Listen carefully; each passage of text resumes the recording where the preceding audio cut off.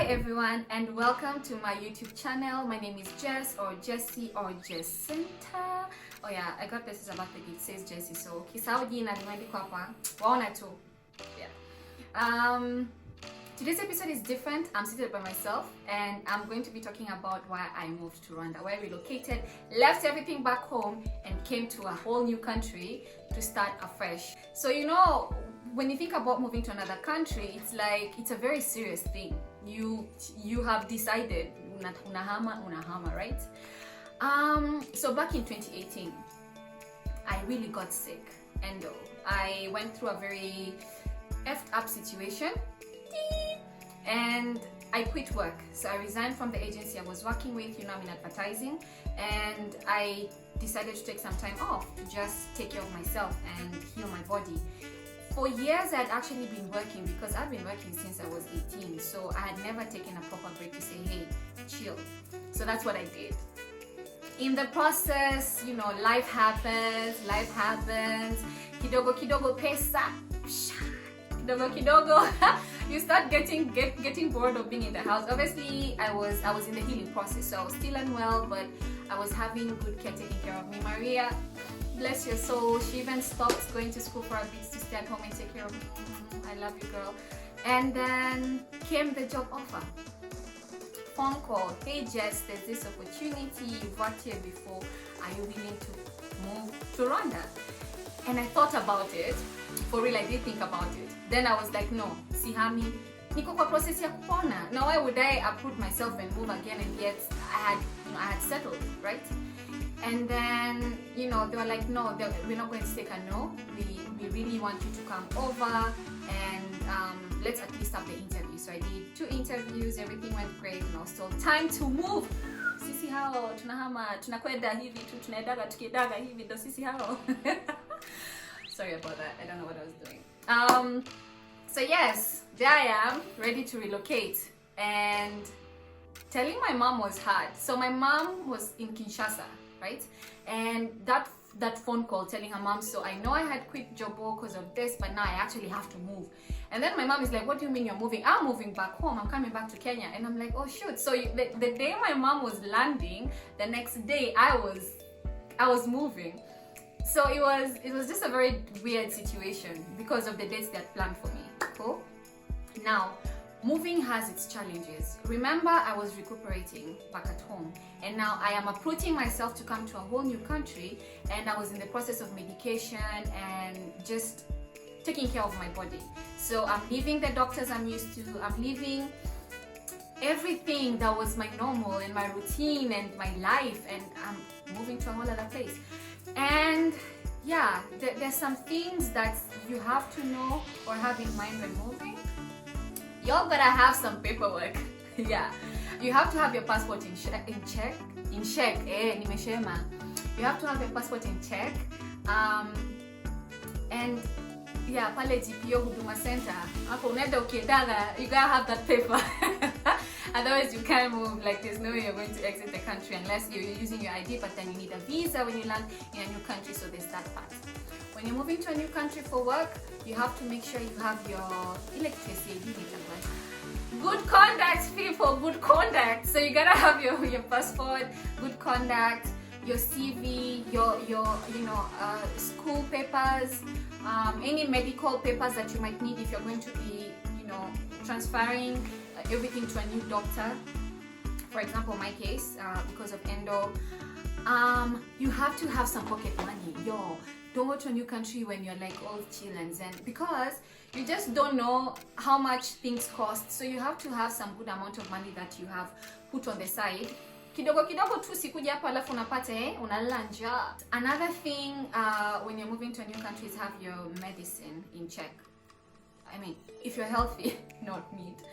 But come on, you use a certain toothpaste, come on, you use certain pads, sanitary towels, tampons, soap, shampoo, zieke. Manake, either you find the same thing ama you find it but at a different name. It's good to just have a stash in case you're not going to be going back as often. Usije ukapata haya kumedaje huku, So for example, for me, because of endo, I had my supplements, I had my pain meds, I had, yeah, so those are also supplements, pain meds. All my paperwork from the previous hospitals that I was going to, and just had everything, in check for my relocation here. When moving, have something that reminds you of home. Don't come with that one suitcase. I traveled lightly. Where? Hey, reality check. When you move, you're going to miss some things about home. So, for example, for me, I have Mr. Blue. See this? I cuddle with this guy every night because it was given to me by my baby cousin.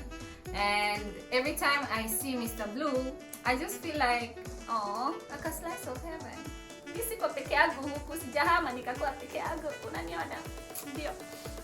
So yeah, Mr. Blue. I also have like lots of photos. Like this is me and my pups. Yeah. So I also have such things that I have around the house to just, when I come home, it doesn't feel like, oh, nimeacha kila kitu. I still have bits and pieces of me. Yeah. But then, forgive me, I tend to mix English and Kiswahili when talking. You listen, wanna see you. Hardships of moving to another country.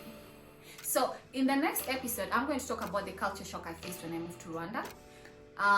But for now, I'll talk about the hardships that I experienced personally. Homesick. Watcha. Where? Yo, see, I missed home. Like, there's a certain phase I went through where I was just thinking, no. I'm moving back home. I'm done. I can't do this. And especially it comes to the fact that sometimes you don't relocate and get friends in an instance, and maybe just get your tribe, people who get you, or sometimes you get really sick. There are times when I get really sick, and if I didn't have any assistance, I would just feel really messed up and miss the care that I was getting back at home. So there was that element. Social life, yeah, kinda come and start from scratch, meet people, and be adventurous and be open to being surprised, because sasa si mwenye utasema au mtu wa nyumbani, you go and just find vitu tofauti, labda mwongee lugha same, things like that. So social life kidogo can be a bit hard, but it's cool.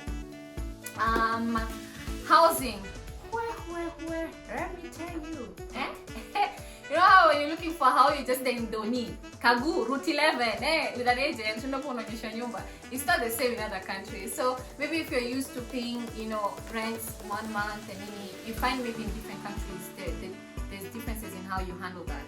So just imagine you're in a new country, hamongei the same language. So I would say you learn and start learning your basics. Like for me, Chinyarwanda na chimenya gachea. Like you just have to be smart. Unafika unaanza kushika rada nayo. Be open to things. For example, for me, when I moved here, I was housed by a family friend, and then so yeah, it's good to just do some research and make sure if there's some people that you know from there, just to have a smooth transition. But yes, so when I was moving to I got a housemate, and we moved into an apartment together. Rather, she got me and we moved into an apartment together. So that was cool because I had someone, she had also lived in Kenya, and she spoke Swahili. She speaks Swahili. Much love, Denise, Tuyi. So that was cool for me. It helped me actually in settling into the country. Routines, yo. So kama ulikuwa umezoea asubuhi mapema. So in Kenya, I used to say Jacaranda. So you wake up early because you're going to the office, GUST, right? And then you wake up at around 5:30 to shower and everything. Mwanangu nakwambia huku maisha lanza, ne? There's no traffic, so you can sleep all you want. But on the other hand, if you make it a routine, hautaamka kufanya workout ama to have breakfast in time. And for me, I fell for that.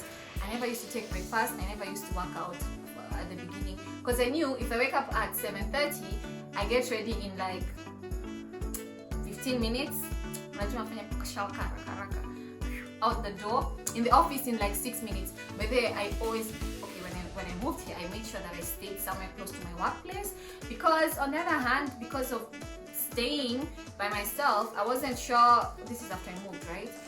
From staying with my housemate, I wasn't sure if I would be okay in case anything happens to me because of my health.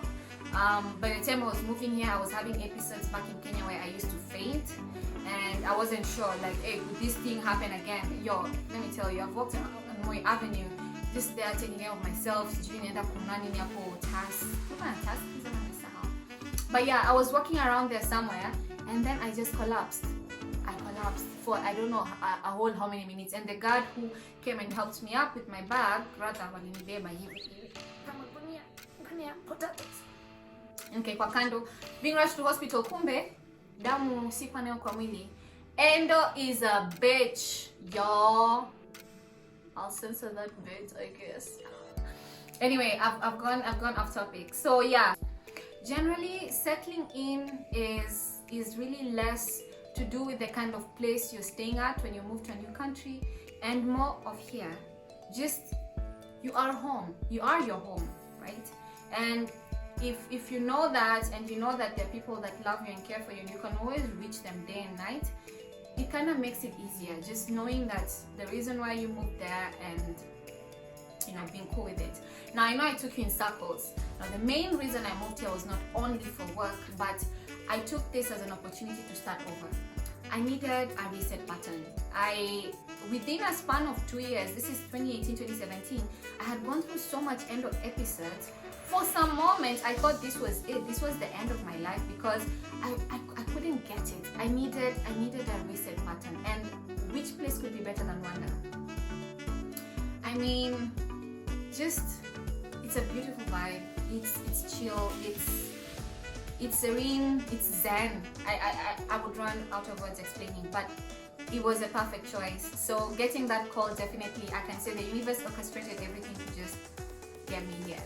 And I'm still figuring out. Like, sometimes I wonder, why did I come? Is it only for work? Is there more? Is there more for me? Is there more?